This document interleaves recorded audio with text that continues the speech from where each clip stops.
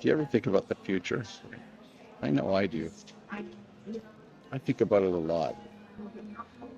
I never used to, I kind of live in the moment. I really like, just kind of experiencing things as they come along, and you don't really try to, plan too far ahead. I think that's a good way to be because I'm very, very impulsive, and even when I make the plans, I tend to just kind of, well, rabbits, if I was a beagle, I'd be chasing rabbits every day of the week. But lately, I've been thinking about the future a lot, and the way I'm thinking about it is, I'm 64 years old. Now, that's not really old. I kid around sometimes about being an old guy, but as soon as they do that, all my 75-year-old friends quickly remind me that I'm barking up the wrong tree, buddy. Here's the thing, 64 years old, thinking about the next 16 years. Why 16 years? Because in 16 years' time, I'm going to be 80 years of age. And I don't know if your life is anything like mine, but the last 16 years have gone by like a lightning bolt. I mean, I feel like a 30-year-old. I certainly don't have the agility that I had when I was 30 years old. I certainly am not as trim as I was when I was 30 years old, but in my heart and mind, I feel like a 30-year-old. But my body isn't 30 years old.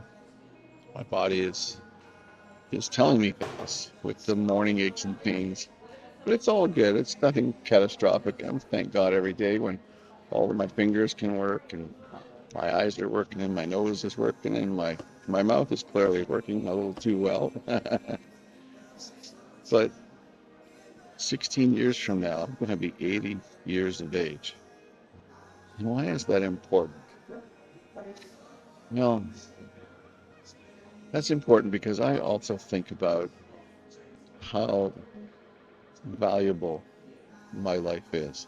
More importantly, the time, the days, the minutes. You see, I've come through a lot in my life, not unlike most of you, of course. We all have our stories for sure. I'm nothing special. But in my own experience, I've seen highs in life and I've seen lows in life. And one of the things that occurs to me is that our our time here is precious. And when I passed the 35, the 40-year point, I felt like, oh my God, I wish I could slow time down. But I can't because time, as that song says by the famous rocker, time keeps on ticking, ticking, ticking into the future. Tick, tick, tick, tick. And that is the way life is. And now I think to myself, well, what about the next 16 years? What is important to me? Over the last few years, I've shed most of everything that I own.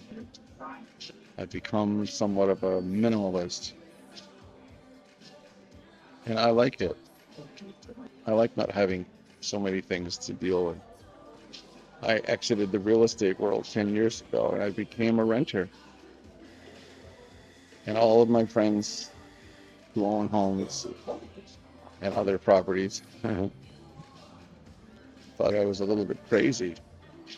But the truth of the matter is I'm not crazy. I'm on a mission. And the mission is to simplify as much as possible. So learning to do with less, learning to discard things that I don't want in my life anymore. And pretty much that's meant just about everything. I don't have half of the furniture, half of the toys, half of the belongings. Well, heck, I don't even have to mow the lawn anymore because someone else looks after that. I live in a rental place after all. It's a good thing. If the furnace breaks down, I don't have to fix it. I can just call somebody and they look after it. It doesn't cost me either because the landlord takes care of it. If I want to take off for a month, I can take off for a month. I'm not worried about the house flooding or something burning down. I don't care because someone else is looking after it. And at this age in my life, this is a good thing because I don't want to be burdened by all those things.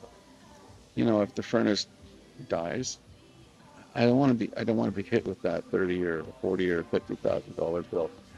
If the air conditioning in the house dies, I don't want to be hit with a $25,000 bill for a series of little parts that you can't replace yourself.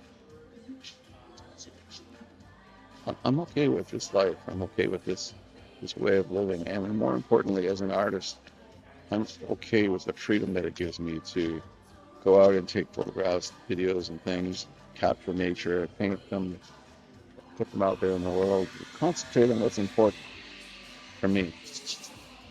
But moving forward, 16 years to 80, that's going to go by really fast. How can I make that more valuable? How can I make it count? How can I make well, I don't know what every day, because there's some days are just down days. You just don't feel like it. There's some days when your spirit is not up there running 100 miles an hour sometimes. It ain't running at all. But the reality is I want for my life and my days to matter. So I spend a lot of time on the street, and I spend a lot of time meeting people who are on the street.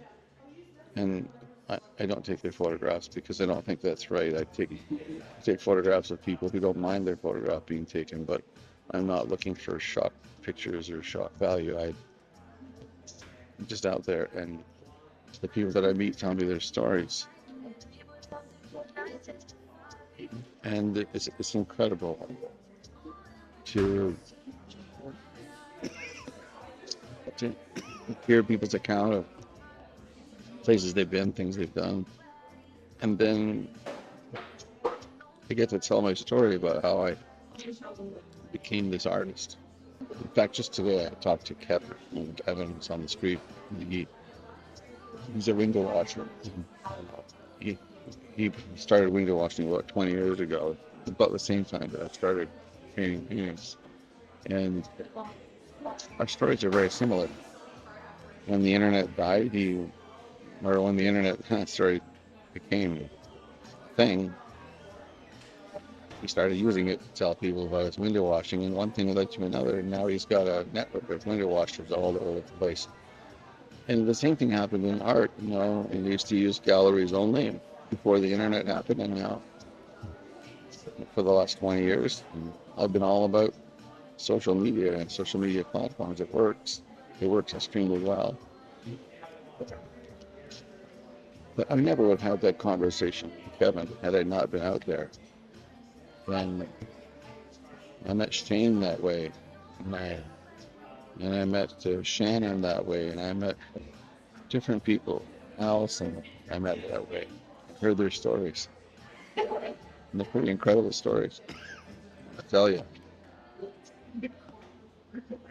And it's really got me thinking, do I want to live for myself, or do I want to live for others?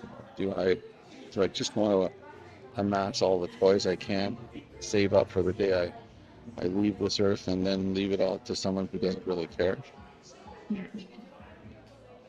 Or do I want to get rid of all of the extra stuff, the excess? Do I really want to make each day, each week, each year, make it matter? Make it worth something. I like that. I like that. Tell me your thoughts. How about making your life matter? How does that work for you? Are you living for yourself? Are you living just to please yourself, just to fulfill all your hopes and dreams? And who cares what anyone else thinks? Or are you at a point where you're ready to give up everything you have for all the people that you see make a difference in their life with your time, with your care, with your expertise, maybe with your money? Maybe some of the stuff you have you don't need, you can give it to somebody who does need it. Anyway, those are my thoughts. And by the way, I'm hanging out in the Souk. That's Souk. It's not a new coffee shop in Whitby. It's been here for quite a while, but it just moved to this location and it's like 4 times bigger. I love it here. So probably you'll see it in the background videos from time to time. Anyway, have a great day. We'll talk to you again.